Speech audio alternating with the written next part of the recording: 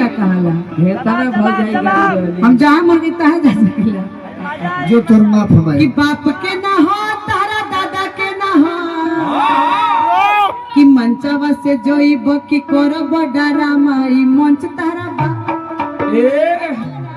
मंच तेरा बाप अरे रो बोलब त चली गोली चरायो मन तारा बाप के ना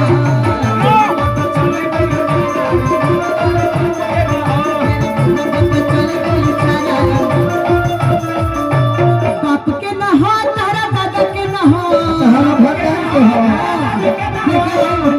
कहाँ भगवान के हो भतार का ऐसे खड़ा बनी कि बाप के ना हो तारा दादा के ना हो भगवान के ना हो या के ना हो फिर बोलब तो चली गोली छाड़ा मेरा बोला बता चले भाई कराई मत तो भगवान के ना हो मेरा बोलब तो चली कहना कोही ना के कहना कोही ना के बिचही में ते हवा मोटइले कहना कोही ना के बिचही में ते हवा मोटइले कहना कोही ना के जब तू कुआर रहलू आगे कोरी हो हमार रहलू जब तू कुआर रहलू कोरी है हमार रहलू कहर दीदिया के कहर दीदिया के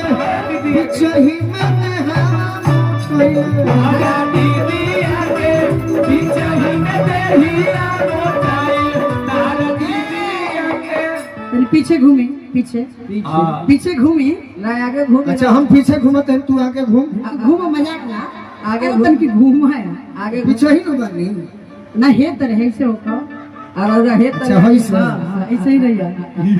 अरे गोलू जी के चुरुकी होते होते हवा में उड़े लगल गते गते अरे गोलू जी के चुरुकी होते हवा में उड़े लगल गते गते गोलू जी के चुरुकी होते होते हवा में उड़े लगल गते गते तो हमार चुरुकी के शिकायत मत करो ना शिकायत की गाड़ी हो शिकायत नहीं करा ये चुरुकी ईशान है चुरकी के शिकायत नहीं कर ये आपके बहन इतना आपके प्यार करने के इतना चुरकी बड़े बड़े बढ़ौले अरे रितु जी के भुरकी होते होते गलत बात है गाना मत भाड़िए ये भाड़ रहे हैं जो हम गाने को गाना से दीजिए गलत बात है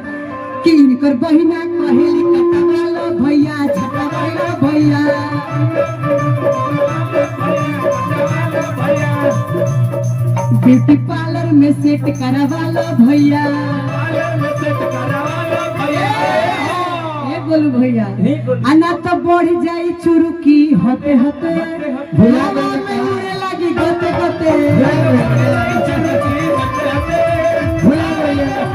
अरे बढ़ जाई चुरुकी होते होते हवा में उड़े लगी गोते गोते पहले तो हम खाली गायक रहे अब तो तोहरा भौजी बनल बारी तो हम कुछ हम कुछ